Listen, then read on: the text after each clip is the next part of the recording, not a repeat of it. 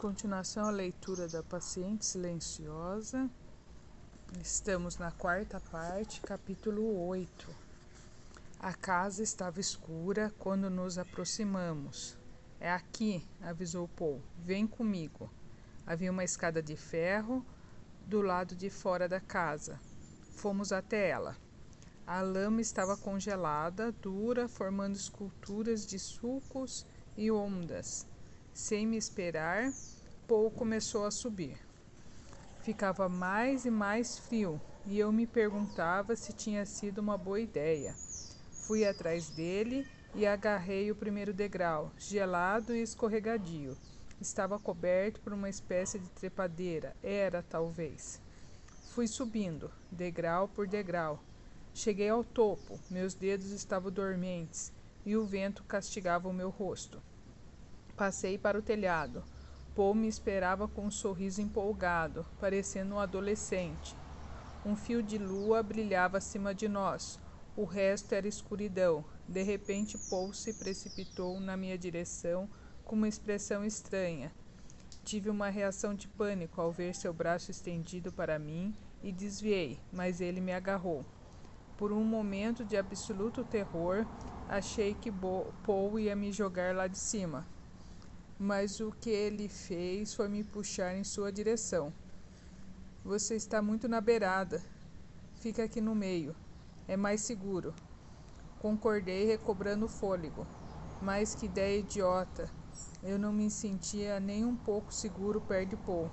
Estava quase sugerindo que descêssemos quando ele pegou um maço de cigarros e me ofereceu um. Hesitei, mas acabei aceitando. Meus dedos tremiam quando peguei meu isqueiro e acendi os cigarros. Ficamos ali de pé, fumando em silêncio por um instante. A gente costumava sentar aqui, Alice e eu, praticamente todo dia. Que idade vocês tinham? Eu tinha uns 7, talvez 8. Alice devia ter mais de 10. Vocês eram meio pequenos para ficar subindo escadas assim. Acho que sim. Pra gente parecia normal. Na adolescência a gente subia para fumar e tomar cerveja. Tentei imaginar Alicia na adolescência, escondendo-se do pai e dos maus tratos da tia, e Paul, o priminho que a adorava, subindo atrás dela na escada, enchendo o saco dela quando ela preferia ficar em silêncio, sozinha em seus pensamentos. Esse é um bom esconderijo, comentei. Paul concordou. Tio Vernon não conseguia subir a escada. Ele era muito corpulento, como mamãe. Até eu quase não consegui subir. Aquela é uma armadilha mortal. Não é Jasmine. Paul olhou para as trepadeiras que se enroscavam no alto da escada. Nada de flores ainda, só na primavera. Ficam com perfume na estação, quando tem muitas. Por um segundo ele mergulhou nas lembranças. É engraçado isso. O quê? Nada, Paul deu de ombros. As coisas que a gente lembra. Eu estava pensando no jasmim. Estava todo florido naquele dia, no dia do acidente, quando Eva morreu. Olhei ao redor. Você disse que veio aqui com Alicia. Paul fez que sim. Mamãe e tio Vernon estavam procurando a gente lá embaixo. Dava para ouvir os dois chamando a gente, mas ficamos quietos, escondidos. E foi quando aconteceu. Ele apagou o cigarro e me olhou com um sorriso estranho.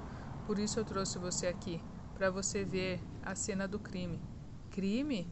Paul não respondeu, só continuou com um sorriso enigmático. Que crime, Paul? O crime de Vernon.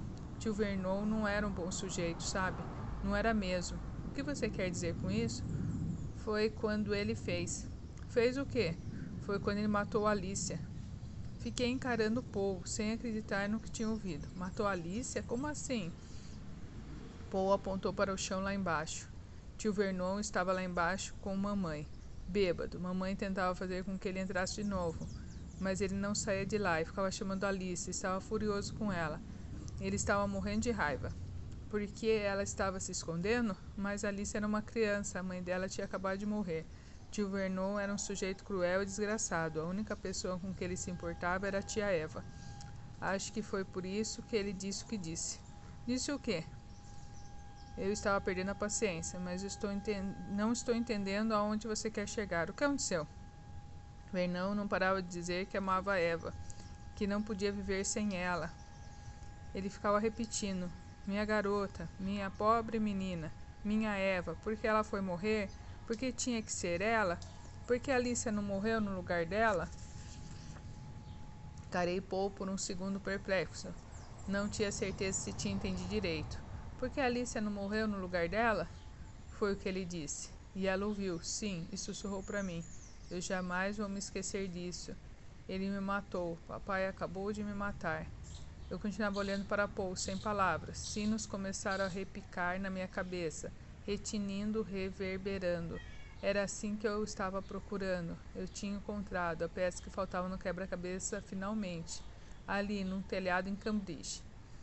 No retorno para Londres, fiquei pensando em todas as implicações do que tinha ouvido. Agora entendia por que Alice havia ficado tão impressionado com Alceste.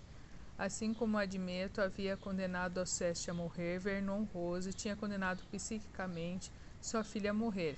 Admeto devia amar Alceste em algum nível, mas não havia amor nenhum em Vernon Rose, apenas ódio. Ele havia cometido um infanticídio psíquico, e Alice sabia disso. Ele me matou, disse ela. Papai acabou de me matar. Finalmente eu tinha algo com quem trabalhar. Algo que conhecia, os efeitos emocionais das feridas psicológicas nas crianças e como se manifestam na vida adulta. Imaginem só ouvir o próprio pai, a pessoa de quem se depende para sobreviver, desejando sua morte. O quanto isso deve ser aterrorizante para uma criança, quão traumatizante, quanto dano isso pode causar à autoestima, e a dor é grande, grande demais para ser sentida. Então ela é engolida, reprimida, enterrada.